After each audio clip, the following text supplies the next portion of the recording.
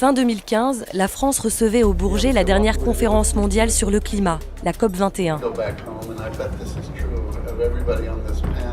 Mais à 2 km de là, les mêmes pouvoirs publics cautionnent aujourd'hui un projet de plusieurs milliards d'euros visant l'urbanisation des dernières terres agricoles près de Paris afin d'accueillir Europa City, l'un des plus grands centres commerciaux du monde, conçu par Auchan.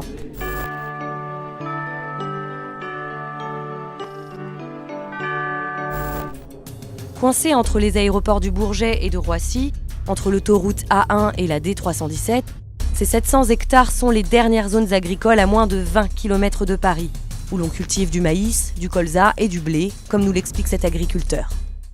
Je m'appelle Dominique Play, je suis maintenant retraité agricole et c'est ma femme qui a repris la ferme.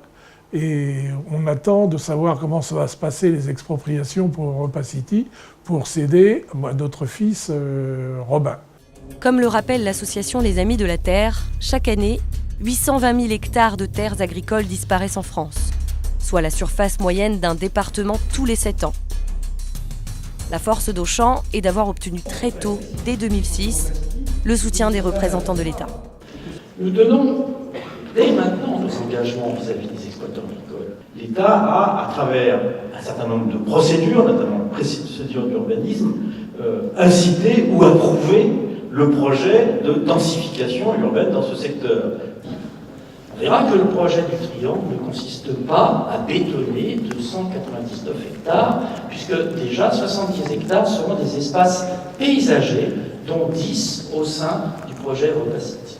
Avoir là une offre hôtelière importante avec 2700 chambres qui permettrait à la fois d'avoir des auberges de jeunesse, mais aussi de pouvoir avoir une diversité d'hôtels allant jusqu'aux 4 étoiles. Tu te balades devant les façades, tu te promènes devant les manèges, monsieur. Damien Robert, le directeur de l'établissement public d'aménagement de la Plaine de France, l'EPA, intervient ainsi ouvertement et régulièrement aux côtés de Christophe Dallstein, le directeur d'Europa City. Il vante ainsi l'insertion harmonieuse de ce projet sur le territoire, au risque d'alimenter la confusion autour d'un projet initié par Auchan, un groupe privé donc, et qui a déjà remporté le prix Pinocchio dans la catégorie Greenwashing, décerné par l'association Les Amis de la Terre, suite au drame survenu au Rana Plaza en 2013 au Bangladesh.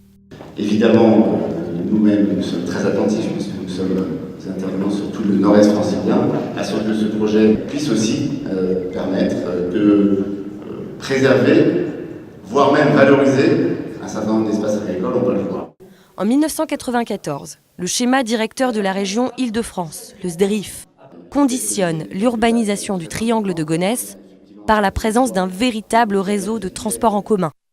Profitant de la révision du SDRIF en 2013, l'EPA fait pression et obtient ainsi de l'État et de la région l'implantation et le financement d'une gare de la ligne 17 du Grand Paris Express. Une gare en plein champ, ne répondant pas aux besoins de transport des habitants du Val d'Oise et de la Seine-Saint-Denis, et qui accentuerait les nuisances liées à la saturation des accès routiers. Nous ne serions pas venus et nous ne nous serions pas intéressés au site du triangle de Gonesse si cette décision d'urbaniser n'avait pas été prise au préalable. Cette opération d'aménagement, elle est engagée, elle est en cours et elle va se faire. Et ça, c'est pas de notre responsabilité. Maintenant, vous ne pouvez plus reculer. Pour obtenir les 80 hectares nécessaires à Europa City, l'EPA, c'est-à-dire l'État, prévoit de débourser près de 4,8 millions d'euros pour l'expropriation des agriculteurs. Ces derniers reçoivent une indemnité de 1 euro par mètre carré et 5 euros par mètre carré s'ils sont propriétaires. En revanche, en tant qu'agriculteurs et exploitants, ils ne reçoivent rien. Dans le triangle, ça va nous enlever à peu près 20 à 25 hectares. Alors il restera à peine 100. Et puis, pour mon fils, ça va être juste. Et moi, je leur ai demandé, quand ils nous ont expropriés, au lieu de nous donner de l'argent, qu'ils nous donnent des terres, la même surface, pour qu'on puisse continuer, que notre exploitation puisse continuer. Et ils cherchent des terres, ils n'ont jamais trouvé. Et puis ils s'en foutent complètement. Sur la partie nord et sud, ils vont supprimer d'un coup 300 hectares.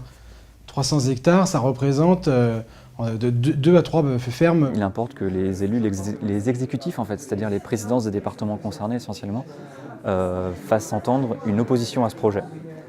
Le problème c'est que on sait déjà que le Val d'Oise va être pour, par exemple au nom de la défense de l'emploi. Maintenant il faut que toutes les parties concernées sur un territoire le plus grand possible, ça ne concerne pas que les riverains de Europa City, fassent entendre une voix discordante, disons, différente de celle de Auchan et de la présidence du Val d'Oise.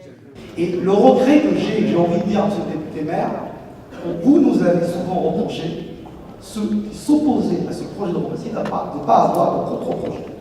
J'ai envie de vous dire, vous aviez la responsabilité, autant qu'au pouvoir public, d'imaginer un projet.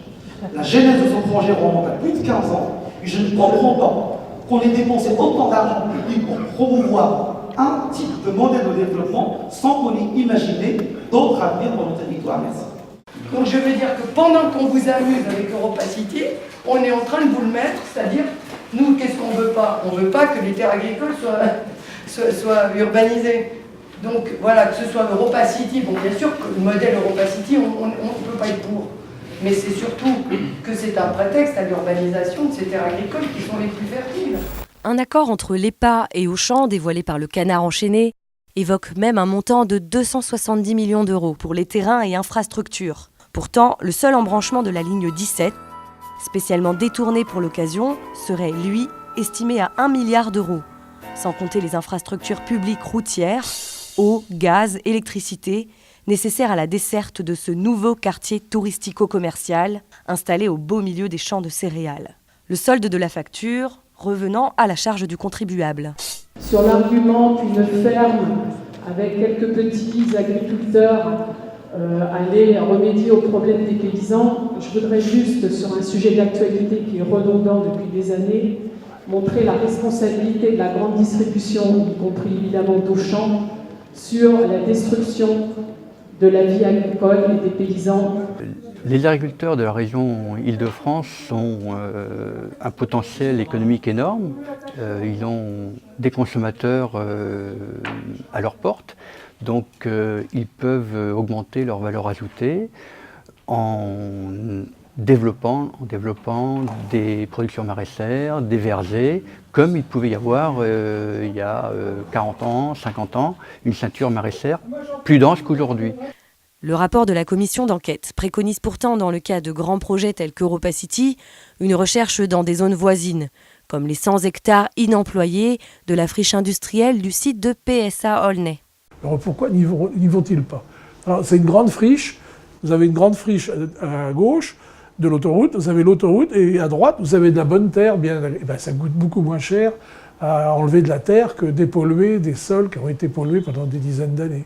Il faut rénover et il faut recycler les sols imperméabilisés comme on doit recycler les matières premières. C'est exactement pareil. On est déjà en déséquilibre, on ne peut pas augmenter ce déséquilibre et donc il faut se contenter de ce que l'on a.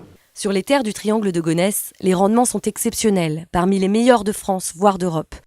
Par exemple, les rendements de blé y sont de 95 quintaux par hectare, contre 70 en moyenne en France. C'est la terre profonde, c'est la terre qu'on n'arrose pas, vous savez, où il y a des endroits en France où on fait des barrages pour arroser les maïs.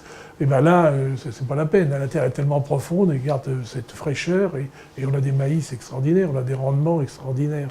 Je trouve assez choquant quand on a une présentation qui, sur 670 hectares, nous montre l'artificialisation de 270 et traite les 400 derniers comme un carré agricole, que ce soit accompagné de mots comme préserver et valoriser l'agriculture alors qu'on la détruit.